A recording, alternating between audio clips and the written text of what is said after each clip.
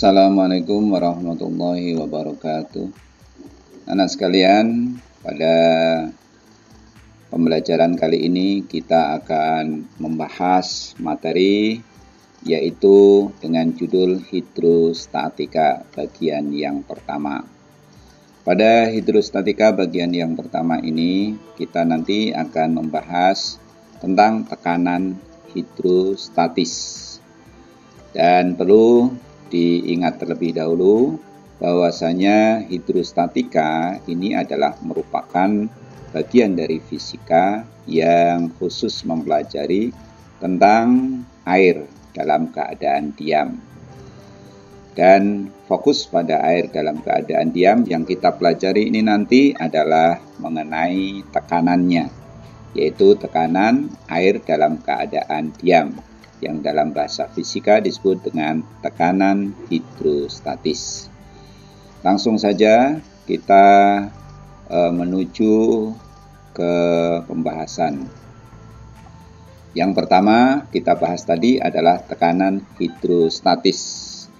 Apa yang dimaksudkan dengan tekanan hidrostatis itu? Tekanan hidrostatis adalah besarnya gaya yang arahnya tegak lurus permukaan fluida per satuan luas. Dan gaya yang bekerja di sini tentu adalah gaya yang bekerja pada fluida. Barangkali anak-anak masih asing, apa sih yang dimaksud dengan fluida itu? Perlu dituliskan juga, diingat tentang definisi dari fluida. Fluida itu secara gampangnya adalah benda yang dapat mengalir.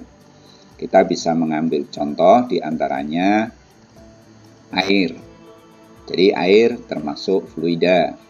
Kemudian susu, gel, dan udara. Ini contoh-contoh dari fluida. Kemudian setelah membahas tentang hidrostatis dan fluida ini, kita akan memasuki pada persamaan yang berlaku pada tekanan hidrostatis ini. Dengan terlebih dahulu mengingat bahwasanya kita pernah belajar tekanan di SMP. Tekanan, apa tekanan itu? Tekanan yang simbolnya adalah P adalah besarnya gaya tiap satuan luas. Ini adalah konsep tentang tekanan yang kalian pelajari di SMP. Ini kita kotak sebagai pengingat. Nah sekarang karena tekanan yang persamaannya P sama dengan F per A, ini akan kita berlakukan pada fluida atau pada zat alir. Dalam hal ini air contohnya. Maka gaya yang bekerja di sini tentu tadi gaya yang tegak lurus permukaan fluida. Dan karena ini berlaku untuk fluida, maka gaya sendiri untuk fluida itu tentunya adalah gaya berat. Ya, jadi sehingga bisa kita tuliskan P sama dengan M kali G. M adalah massa air dan G adalah percepatan gravitasi. Langsung kita lanjutkan dengan per tentunya A. Selanjutnya di SMP juga kalian sudah pernah belajar bahwasanya massa itu sendiri dari pengertian massa jenis. Massa jenis itu adalah massa dibagi volume. Maka tentu massa di sini adalah massa jenis dikali volume. Ini diberikan kurung. Maksudnya yang ada di dalam kurung ini rho kali V. Masih ingat ya simbol rho? Rho massa jenis kali volume. Ini M-nya. Kali G. Sudah per A. Selanjutnya volume ini sendiri itu adalah luas kali tinggi ya. Volume luas kali tinggi.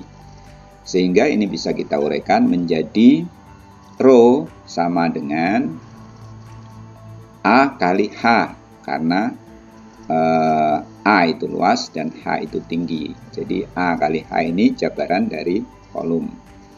kali G tetap per A. Kalau A atas kita coret dengan A bawah, maka tinggal apa persamaannya? Rho H G. Ya. Jadi sama dengan Rho H G. Dan inilah yang dimaksudkan dengan tekanan hidrostatis P.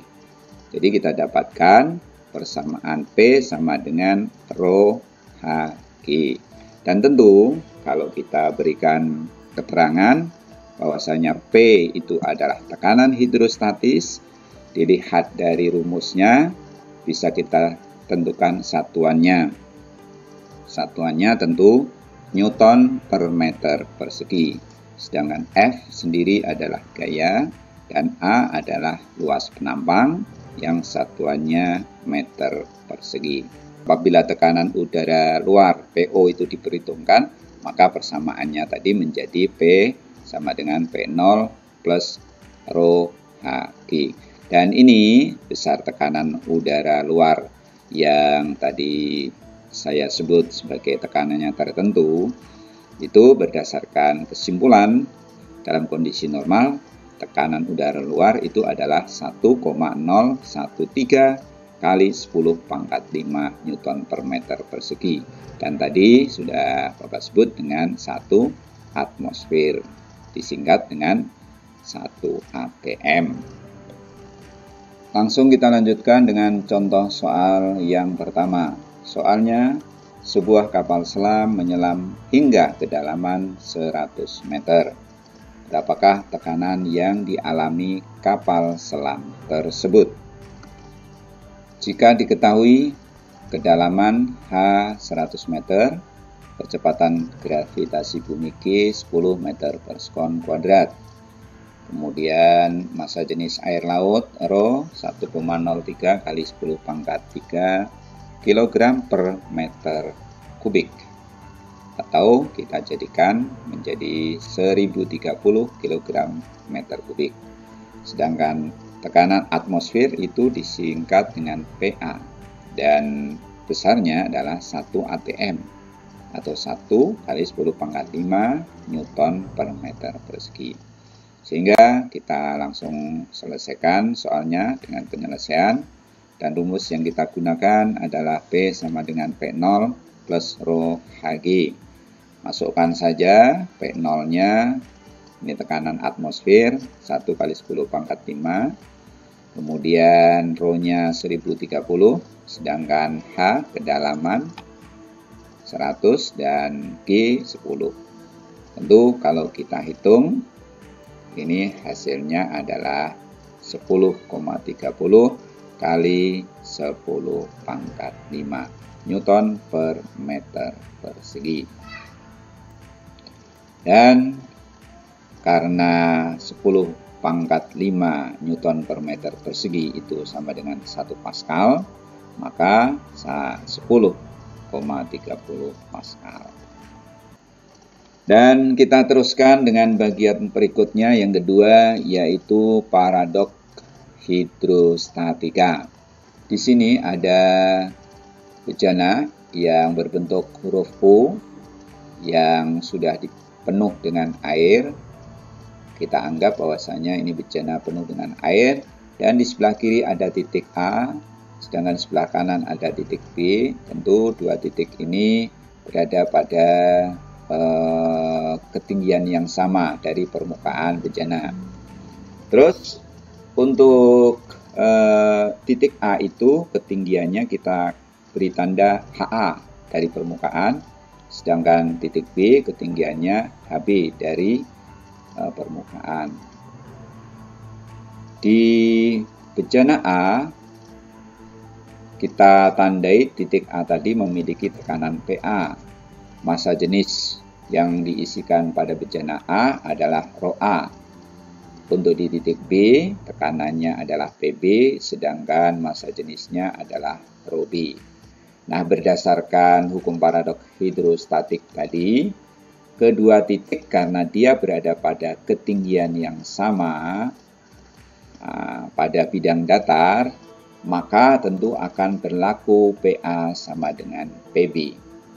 Kemudian P di titik A itu tentu adalah rho A kali G kali HA. Kemudian di titik B adalah rho B kali G kali HB. Karena G dengan G sama, bisa kita coret. Dan tinggal rumusnya rho A kali HA sama dengan rho B kali HB. Inilah yang dimaksud dengan persamaan paradok hidrostatik. Dan rumus ini bisa langsung kita gunakan untuk menyelesaikan soal. Contoh soalnya sudah ada bunyinya, sebuah bejana diisi dengan campuran air dan zat cair tertentu yang terlihat seperti pada gambar. Kita lihat gambarnya seperti ini. Dan keterangan soal berikutnya, ketinggian kolom zat cair sebelah kanan 20 cm. Ini ditandai dengan HB 20 cm. Sedangkan ketinggian air di sebelah kiri 15 cm. Ini kita tandai dengan HA. Jika massa jenis airnya rho 1 sama dengan 1 kali 10 pangkat 3 kg per meter kubik atau 1000 kg per meter kubik, berapa massa jenis zat cair yang lain. Jadi tentu yang dimaksudkan adalah zat cair yang ada di sebelah kanan. Dan langsung kita lihat penyelesaiannya. Tentu kita gunakan tadi rho 1 atau rho A kali HA sama dengan rho B kali HB. Rho A ini tadi adalah massa jenis air sehingga 1000, sedangkan HA adalah 15 cm, kita jadikan meter menjadi 0,15. Sedangkan rho B-nya yang ditanya dan HB-nya 0,20. Sehingga kalau 1000 kali 0,15 kita kalikan menjadi 150. Sedangkan 0,20 kali rho B tentu 0,20 rho atau rho B. Dan kita cari rho B-nya tentu ini ya 150 dibagi dengan 0,20. Besarnya berapa hasilnya? Ya 750 kg per meter kubik. Baik, demikianlah anak-anak pembelajaran kali ini.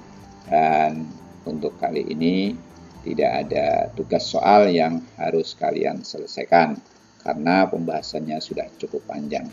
Terima kasih pada anak-anak yang memperhatikan dengan seksama. Wassalamualaikum warahmatullahi wabarakatuh.